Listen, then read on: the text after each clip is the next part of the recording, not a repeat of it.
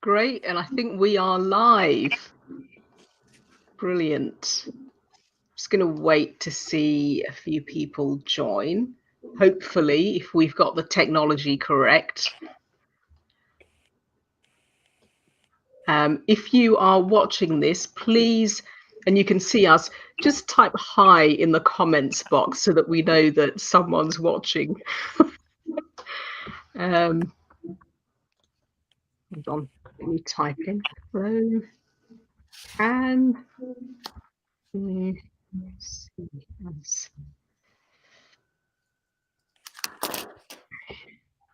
Yay! We've got one person so far. Yay! Hi, Claire. Hi, Natasha. Thanks for joining us. Vera's in. So as that's slowly filling up, it's lovely. Great. Thank you. And you can hear us okay as well. Brilliant. Great.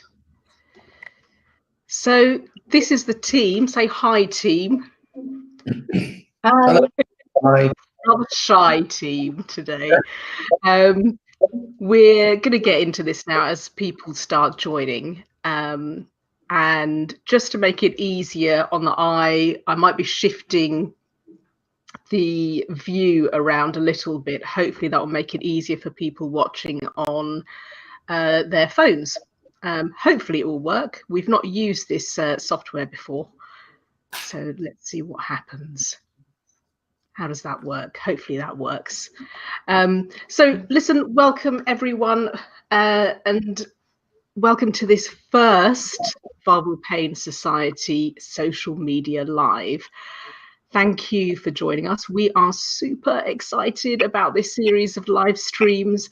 We're going to be running 2 of these a month, where you'll hear from different pelvic health experts. It's for health professionals, patients, partners, anyone who has an interest in learning more about vulval pain. More on the series in a little while. Today, you're going to be meeting all of us, the VPS team, as we reflect upon the journey so far. So some of the key Vulval Pain Society achievements, useful resources we already have in place that you can access and read, and what we've got planned to help you perhaps a little bit better in 2021. We're only a small team, 5 people, and we thought we'd start off this series by sharing a little bit about each one of us, our backgrounds, and in particular what we're excited about, what we've got coming up. So I'm going to kick off.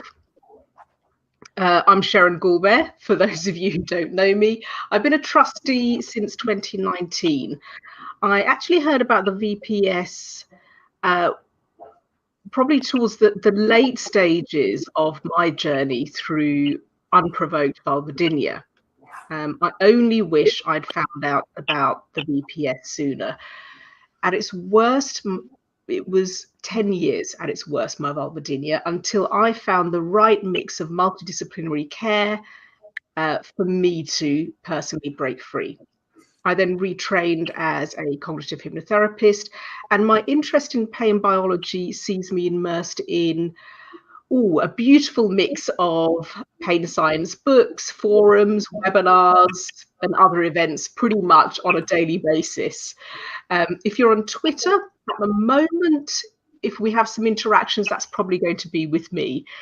So in autumn 2019, the team who at the time roped me in to being MC at the Vulval Pain Conference. Completely unexpectedly. I've never done anything like that before. We will speak a little bit later about the Vulval Pain Conference and what that entails. That is going to be a continuing role for me, it seems, as MC. I also organise and host the online events, so the webinars and these social media lives. You will find around about, I think, 10 recorded webinars. on our YouTube channel already, and we'll post up a link to those a little bit later. So if there are any technical hitches today, that is going to be down to me. So please forgive me if that happens. I've got an eye on a number of things, comments coming in, everyone on screen, and so if I'm looking around a little bit, forgive me. I'm also a little bit excited. So at the VPS, we know the importance of the patient voice. So I'd like to introduce a really important member of our team. And to make this easier, I'm just going to pop a couple of you in the background, and then here we go. Kay Thomas. Yay! Hi. Hi. Kay is operations director, and importantly, she's an expert patient. Kay, do you want to tell everyone a little bit about your background? My background in vulval pain, I started suffering in 1996, literally overnight. And I was very lucky that after about a year sounds a long time, one of the doctors pointed me to the London vulval pain support group. And I went along to those meetings, and that literally saved my life. I was really, really down at the time. Through the London vulval pain support group, I heard about David Nunns, who'd started the Vulval Pain Society, and they said, oh, he's ever so nice. So I thought, well, let's get him down and have him talk to the girls. And we did, and he was so lovely, and we kept in touch. And then I became involved with helping David with the Vulval Pain Society, which eventually led to us setting up a charity, of which you're now part. Yeah. Fantastic. And Kay, you also played a part in starting the conferences, didn't you? Yes, David had already been doing with Fabio at the time workshops throughout the country. So they would pick a town, have a venue like a friend's meeting house, and the local ladies and partners would come along. But what I was always concerned about was doctors have these conferences and they talk about, you know, the scientific medical issues that affect us, but there was no trickle down to us, nothing fed back to the patients. And I soon realized when I tried to attend a few conferences that it was an absolute no-no. Patients were just not welcome at conferences. To be fair, I understand that one or two patients had, you know, caused a bit of a rumpus at a conference, and so it was sort of frowned upon.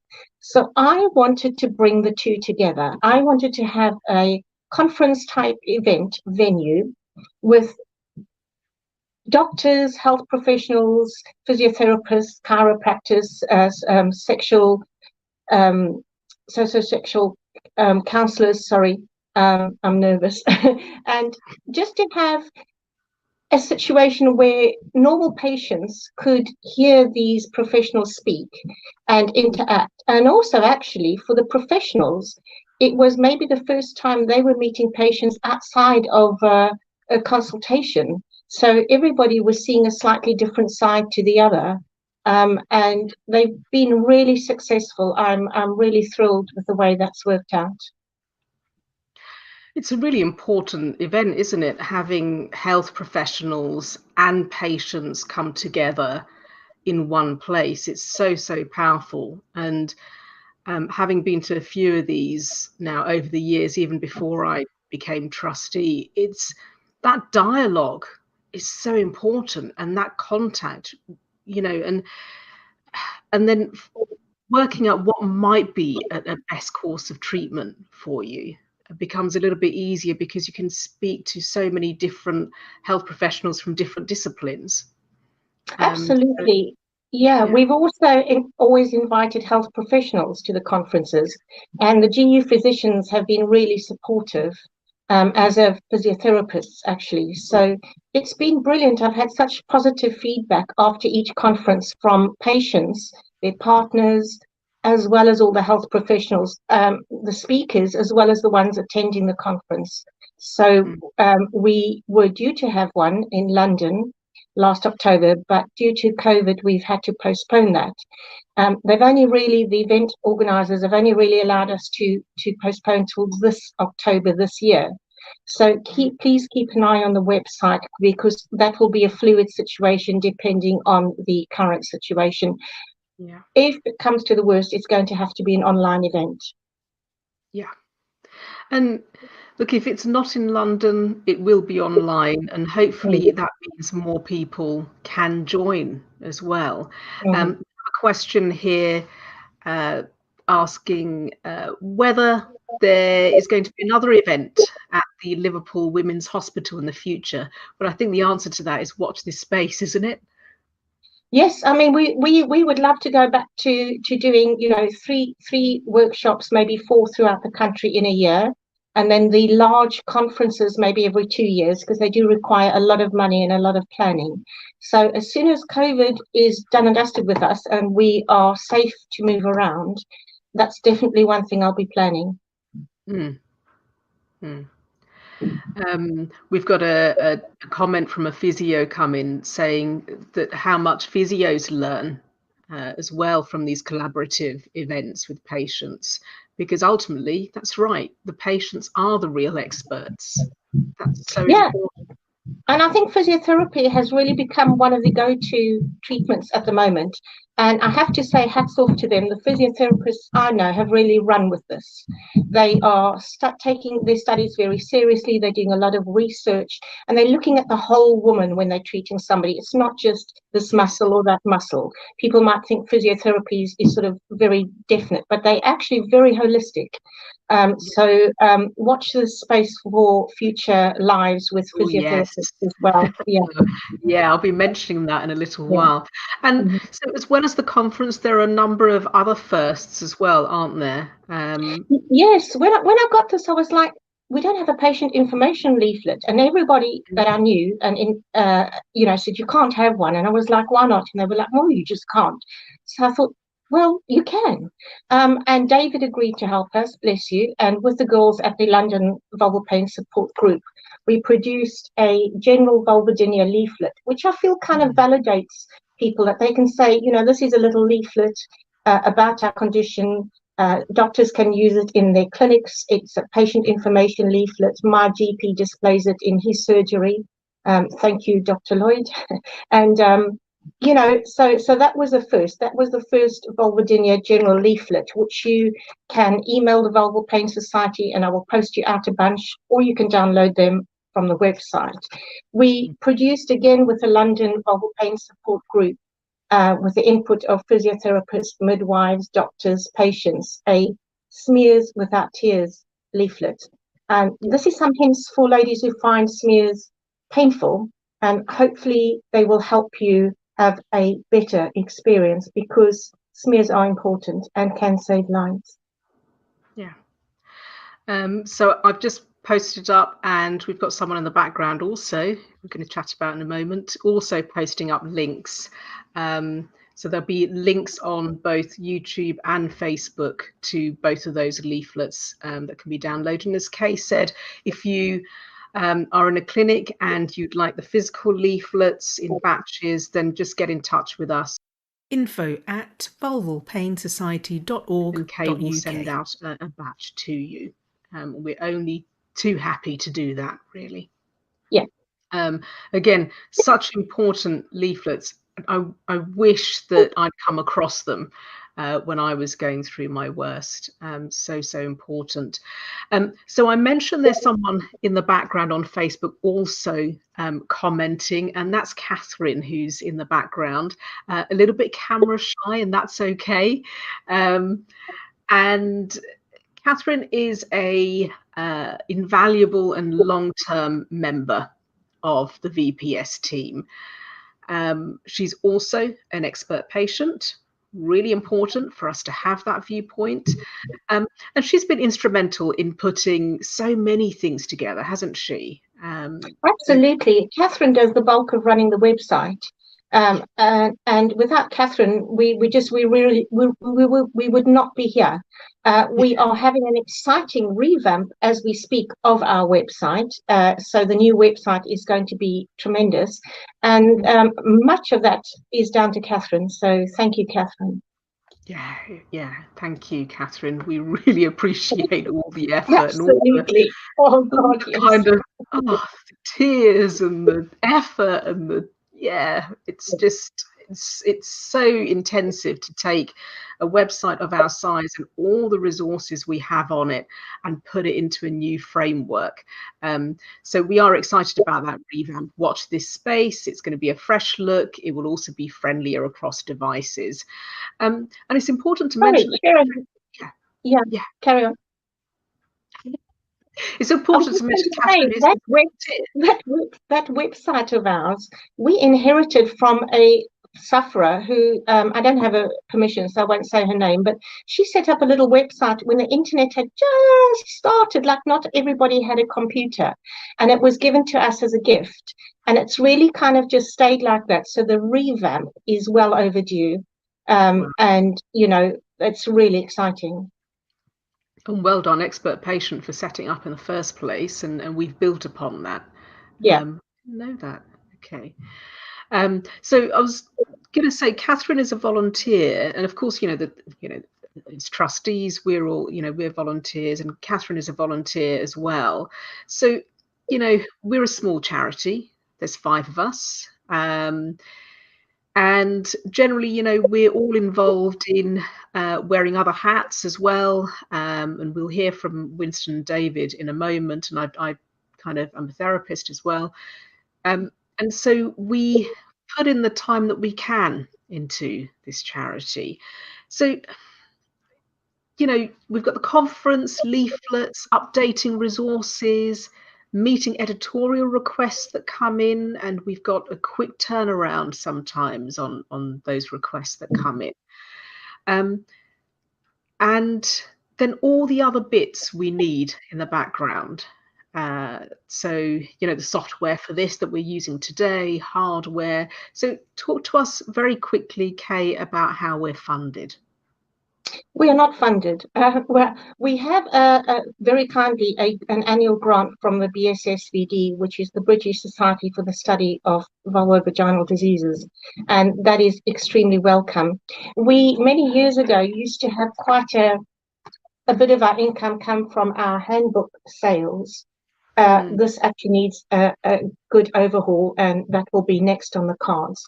But I think with everything going digital, the handbook sales have really slowed down. So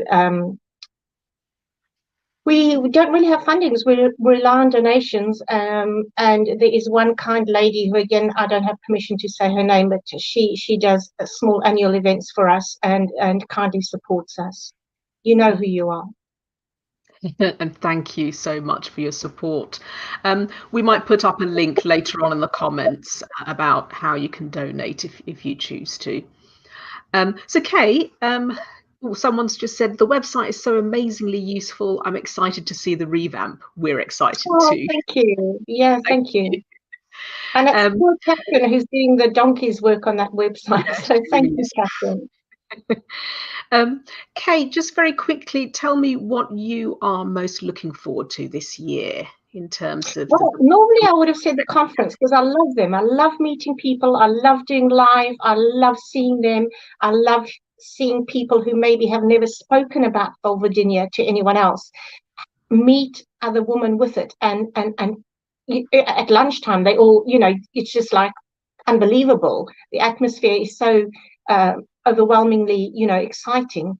But with COVID, I'm a bit nervous. So I'll have to go with our new trustee, Winston de Mello, Dr. de Mello, who is just the most fantastic resource that has come to us. And we are just so grateful. I am so excited with the projects and the expertise he'll be bringing to the society. We are very lucky to have Winston. Lucky. Yes. Thank you, Kay. And you'll all get to meet Winston in a short while.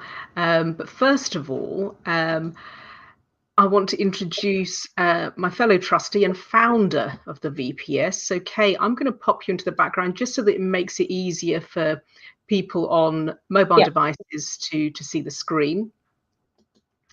And I'm going to add David in. David, hi.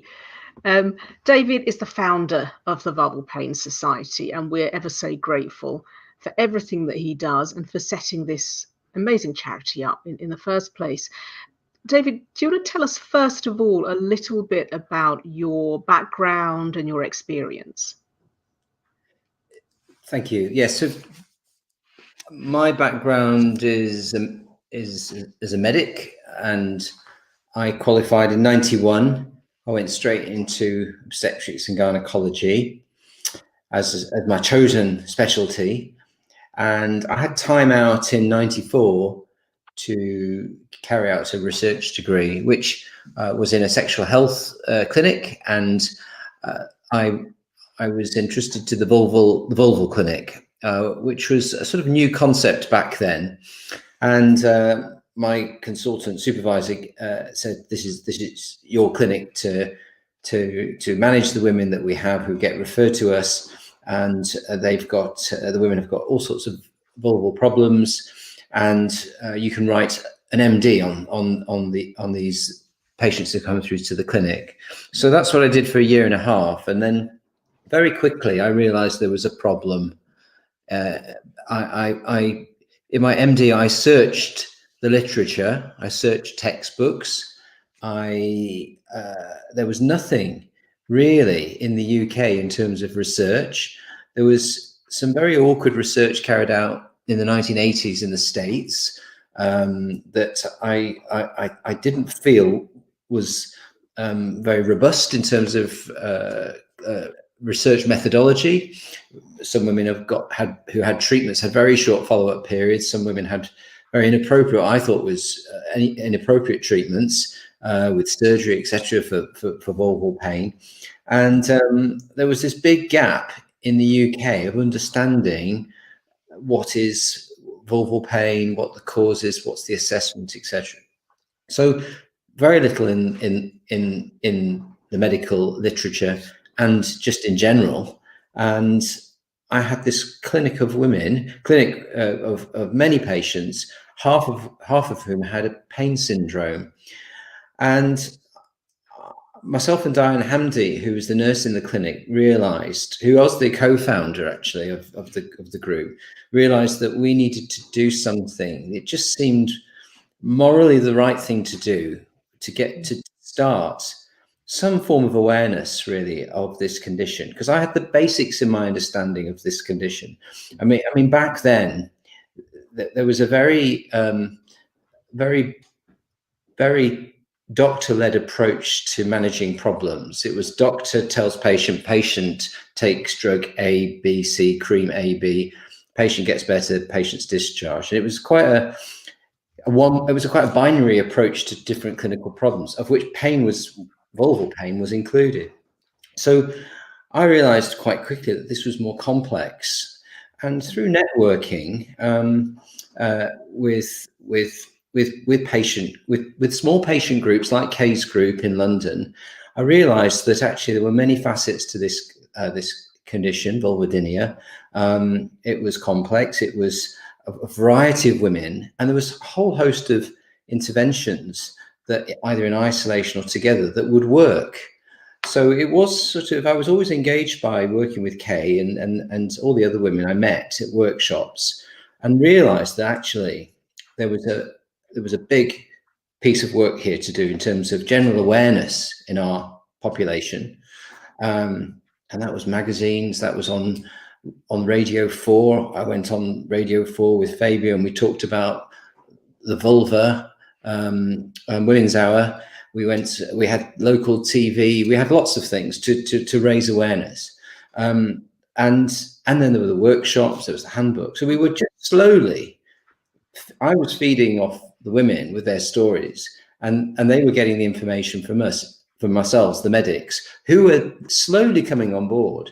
And it just has just spiraled since then. And I think now we've got a much better relationship between the health professionals and patients. We don't have all the answers, but I feel there's more of a listening relationship between patients and doctors and other health professionals, and a sense of shared decision making, to coin a phrase, which is what we use in medicine a lot, giving people options, and less a dogmatic approach from telling patients to try A, B, and C, and then just discharging them.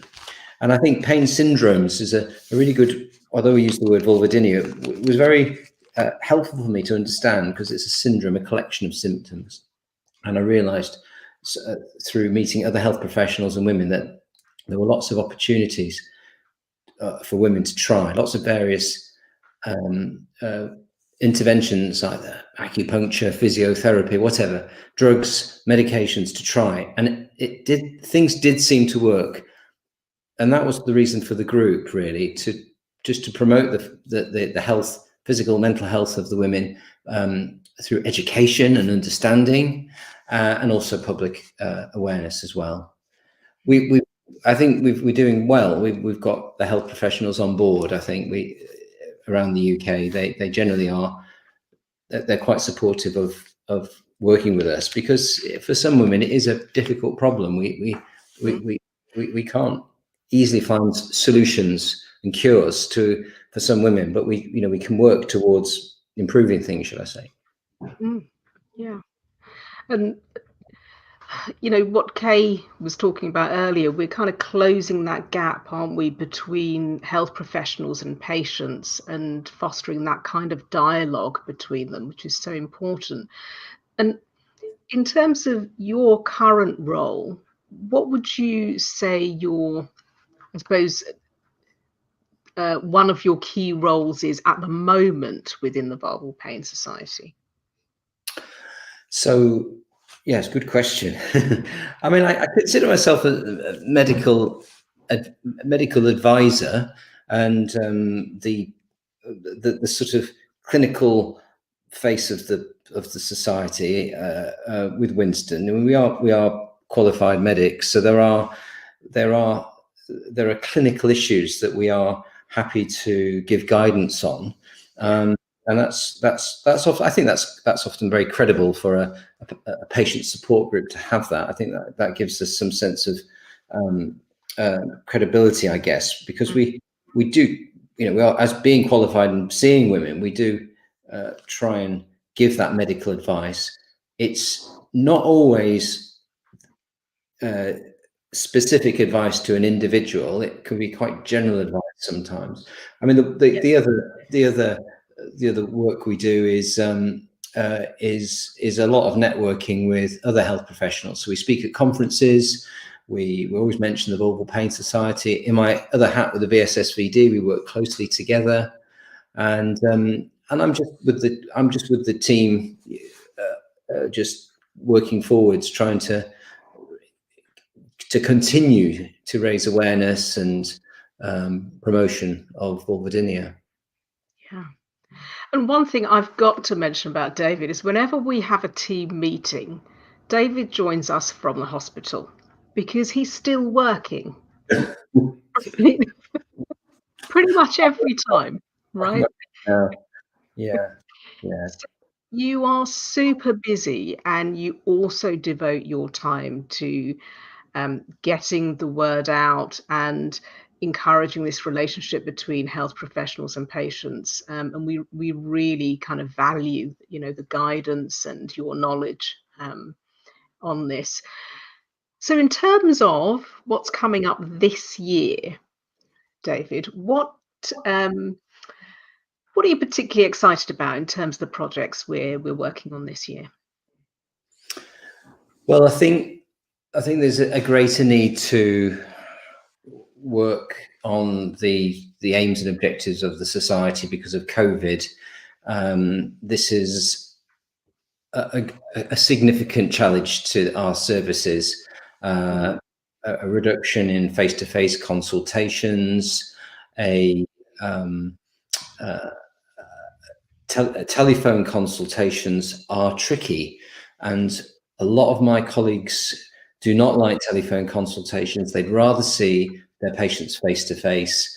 Some of my colleagues do find it very useful, but that's going to be difficult for a woman with a vulval problem, where there is so much in the doctor, health professional, patient relationship that is seen face to face. And that makes it optimal. When it's on the phone, it's not quite optimal. I mean, some of my colleagues might disagree with that, but you can't examine the patient, you can't look at skin lesions, etc. So I think we've got to get through this pandemic in many ways and think about and still have this promotion of self-care and signposting people. The workshop, I hope, will be a culmination of meeting, understanding, having some sense of understanding where we might be. I hope women come to that workshop so we can really understand where we are with vulvodynia at this moment in time. Yeah. I've got patients who are quite frightened of coming to hospitals, so I've noticed quite a few don't come. So I don't, we haven't quite unpicked COVID pandemic and a woman with vulvodynia. So I don't have the true answer to that question, Sheren, but there's a lot to be done. There's a lot to be done, yeah. We've got a comment here saying, I've been really blessed as I've had surgery and been seen by my gynaecologist every 3 to 4 weeks all through COVID at the Liverpool Women's Hospital. I thought I'd just do a shout out there for the Liverpool Women's Hospital. And someone's saying, I wish GPs had a better understanding. Too many times I felt let down by them. And actually part of our role is to educate as well. Educate the public, certainly. And in, your role is also educating kind of health professionals, medics. So that first line care and signposting is better. So what we've done what I do in parallel with the BSSVD, which is the Medical Society for Health Professionals, is we have developed a job description and what we call a knowledge, skills, competency package, i.e. a package of education for a dermatologist to be appointed to run a vulval service, and that will include working in a multidisciplinary team, and also we are working with gynecologists. We've set that up. That's been in place for many years now. To again, leaders within the vulval service to work not in isolation within and work in multidisciplinary teams. We're also working with commissioners who pay all the bills. They pay the doctors' hospital bills. They've got the cash. Working with them to try and set up what we would call a hub and spoke network, where you've got the hub as the sort of perhaps the more complex cases, and the spoke, which might deal with less complex cases in a network. But the key thing, everyone's working together. So complex physiotherapy, maybe, for example, offered only in one hospital and not another, but you would have in your region an ability to refer from one to the other. Psychosexual therapy, pain management services. So this is quite exciting, and this is what I'm trying to set up this year. We've already made good conversations with them, and so the role of the VPS and other patient groups into that process is absolutely crucial. It's definitely a doctor, health professional, patient relationship in that work. Yeah, absolutely brilliant. Thank you so much, David, for giving us a small view into the many things that we do. You'll be hearing from David a little bit more in the next social media live, and I'll tell you more about that in a little while. Thank you, David. I'm just going to pop you into the background. One day I'll get really smooth at this. And I want to introduce the newest member of our team, Dr. Winston de Mello. Winston, you were appointed as trustee in October 2020. We were super excited.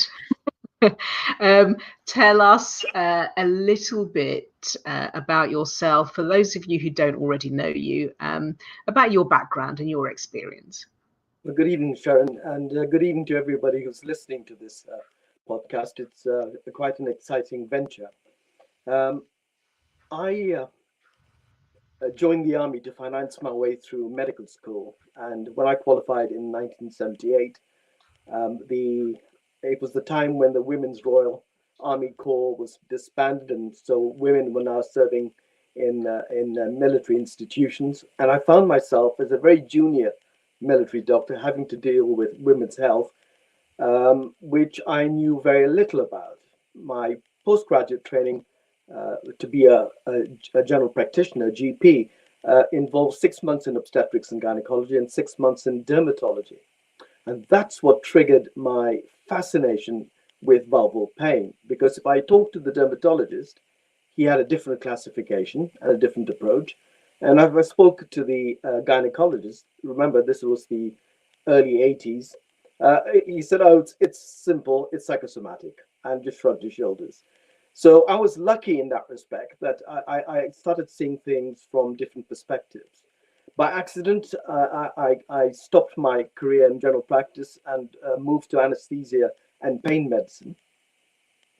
And pelvic pain became the taboo area of pain medicine. Nobody liked dealing with it because something down below, it wasn't very popular. But I soon realized it was very traumatizing for the patients, both male and female. And I just didn't comprehend the complexity of it. So this has been a long journey. For the last 24 years, I've been a consultant in pelvic pain medicine, most recently in Manchester.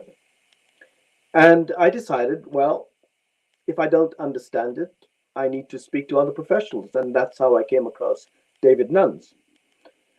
And I learned a lot from the British Society of Vulvovaginal Diseases and started taking an interest in the subject and realized I knew a little of so many things. I ran a pelvic pain clinic together with my colleague, Dr. Viawari at Manchester, at a multidisciplinary team, specialist nurses, pelvic pain physiotherapist. And vulval pain was a big component of that group of pelvic pain patients. And it's fascinating because it occurs at a young age. It sort of peaks between 18 to 25. And the needs of a young girl are very different from a patient with vulval pain who wants better sexual health or wants to get pregnant, or that patient who is perimenopausal and has vulval pain. So it's not a straightforward thing. And as a result, I decided to embark on my diploma in psychosexual medicine 3 years ago. So I'm due my exams this June, just to try and understand the impact of pain on sexual health. And then we had COVID last year, which destroyed lots of people's plans. And because of my age and because of my high risk, and as David talked to you about face-to-face consultations, I found myself doing video conferencing calls. I did 135 pelvic pain patients in 3 months. And I got used to the idea, the limitations, but what you missed out was the sort of body language, the behavior, the use of words. It was a bit stilted. But as the year got on and the COVID pandemic was getting more and more difficult to predict, after discussion with my wife, I decided to retire, and I retired in September. And I was very pleased to be offered this post as a trustee with the Vulval Pain Society, partly because of the fun I had on the road shows. I did the Liverpool Women's, the Manchester, and in 2019, the Leeds. And it's fun because you learn a lot from other people and you learn from patients. So patients are a big source of education for me. So that's really how I accidentally drifted into pelvic pain medicine and vulval pain. Very happily for us too. So Winston, you're working on a key project for us this year. You've got a key focus this year. Do you want to tell everyone a little bit about that? Because I was working in adult practice, we rarely saw patients below the age of 18 unless there were very special circumstances. And the medicine has got so specialized, and with the issues like safeguarding, etc., anybody who's below that age tends to be in that transitional stage where there is no seamless care. And it struck me that if you're a young girl with vulval pain, and there isn't that smooth transition through your teens and then through your younger years, your problems can magnify, not just medically, but psychosocially, financially, professionally. And I just thought, wouldn't it be nice to hit the problem right at the beginning? And so I became aware, mainly because of parents ringing me about their daughters with vulval pain. And I realized I knew very little about it, other than the fact that in America, for example, my sister works in Florida as a practice nurse, and she runs an adolescent clinic, and she sees lots of young girls with vulval pain. So I think it's just the way medicine's practiced. We don't understand the impact it has on the very young. So my focus is really to try and update information for patients and their parents, and younger women, for patients, their families and partners, to try and bring in all the information from North America or other centers of excellence, and not just from a pain perspective, but also from a multidisciplinary perspective. Like what can you do if you are struggling at school, for example? What kind of agencies can we tap into? So I'm really trying to use the next year to try and bring together the strands, consult patients, consult the parents, partners, see what their needs had been during their journey, and what would they really like to have had if they had the time again in that medical journey. So that is really the focus, and I get more nervous talking about it because it's a huge, huge subject, because you've got to understand the psychology, the dermatology, the gynecology, the pain medicines, the genitourinary medicine. The list just goes on and on. And so I'm hoping that with these regular podcasts we're going to be having with the Vulval Pain Society, getting other experts in and getting feedback from our listeners, maybe we'll be able to build a jigsaw puzzle up and be able to put in the missing pieces so that we get a better picture and a better sort of understanding as to what we can best do for our patients with vulval pain. Yeah, and so we have better informed clinicians as a result. That's what we're aiming for, aren't we? Correct. Yeah. So it's also hopefully provide information for health professionals as well. So it's not just patients. I hope that to be able to use that same time spent looking at the literature and the evidence to also highlight key articles, key sources of information, evidence-based medicine, because that's what we have to practice, and make sure we act like a network. As David said, it's very difficult to run a service if you're not financed, and financing is a big limiting factor from what we would like in the ideal world. So this is one of the reasons why I agreed to being a trustee, because it just allows me that transition from working to retirement, to sort of put down on paper benefits of experience of having to deal with these conditions. Yeah. It's important work, and as you say, it's a huge project, and so overdue. And, you know, there are people writing into the comments. There's a lady here: I've been dealing with pelvic pain for 12 years and have gotten worse. I feel like I've done everything and my doctors just aren't digging anymore. She's in Canada, so, you know, she's not happy about the treatment or the lack of treatment that she's had. And ultimately, we're looking at, again, we were talking about the jigsaw, aren't we? And it's finding that jigsaw of different therapies, multidisciplinary care that might work for the individual person. It usually is. There's no one size fits all, and there isn't one particular therapy that we would recommend, because it's absolutely dependent on the individual. I think you're right. I think it's important to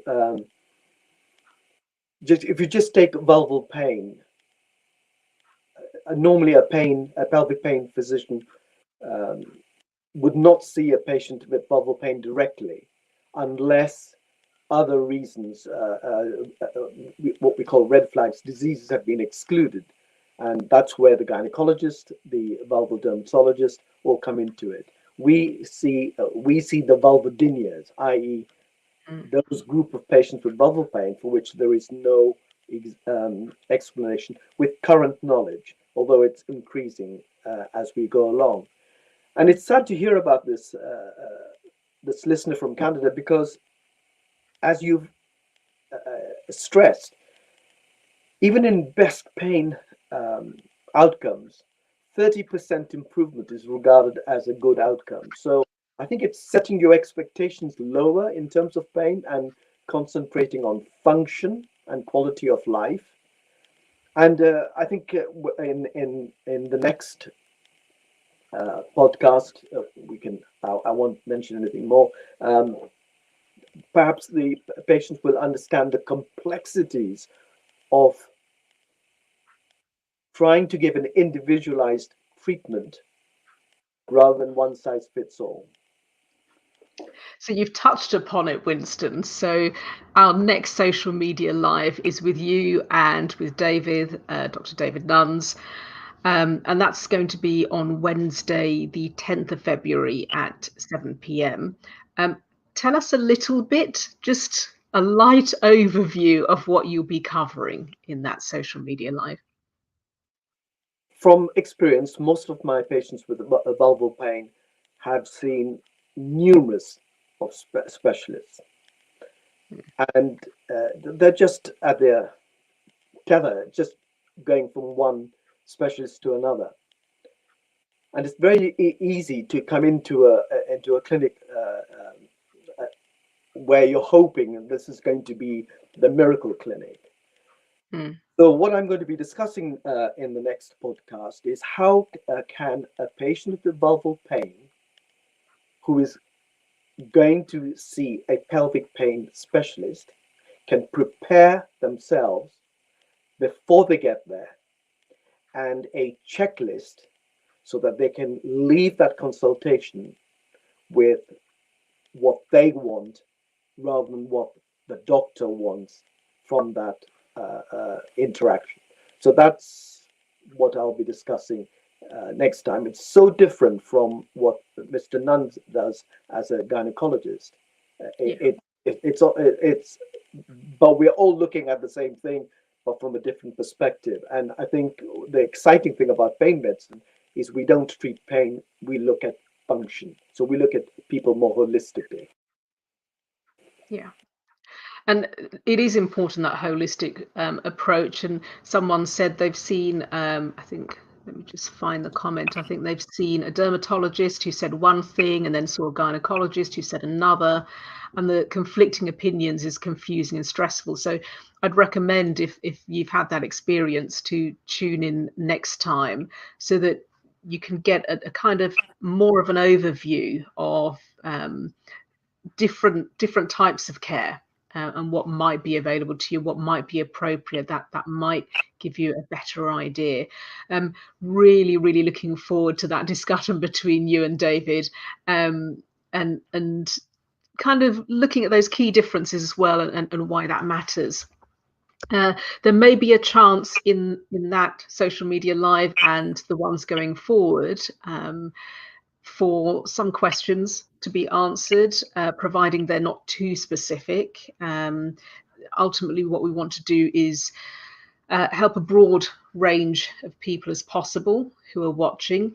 If we don't get around to answering a question, you can email us, again, providing it's not too specific and it's general, then we may be able to answer that for you or point you in a particular direction. You can email us info@vulvalpainsociety.org.uk.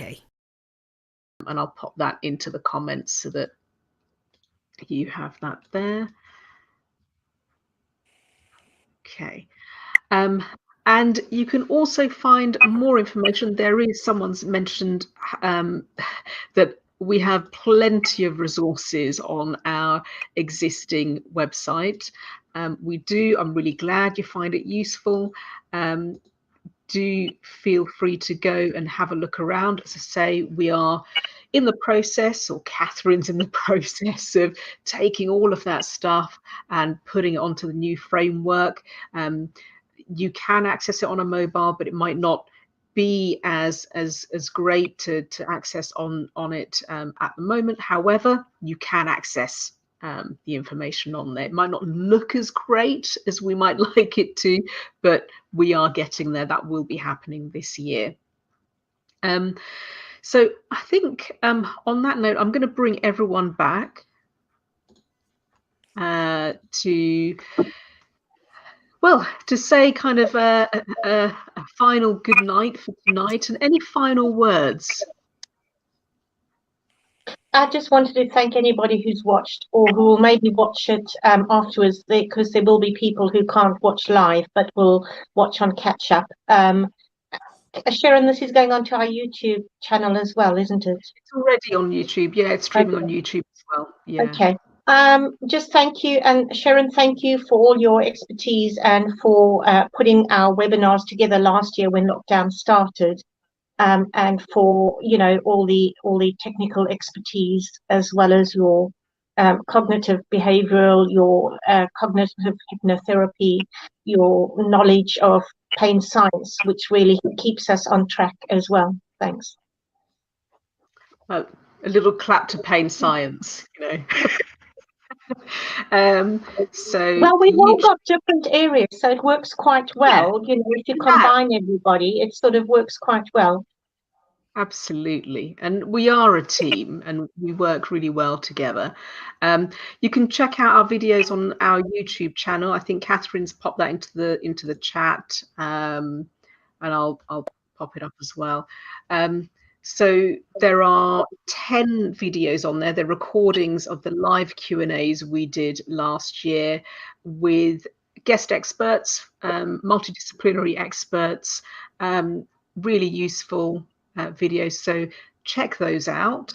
Thank you everyone who's been watching live, and thank you everyone who will watch this on the replay at your own convenience for watching.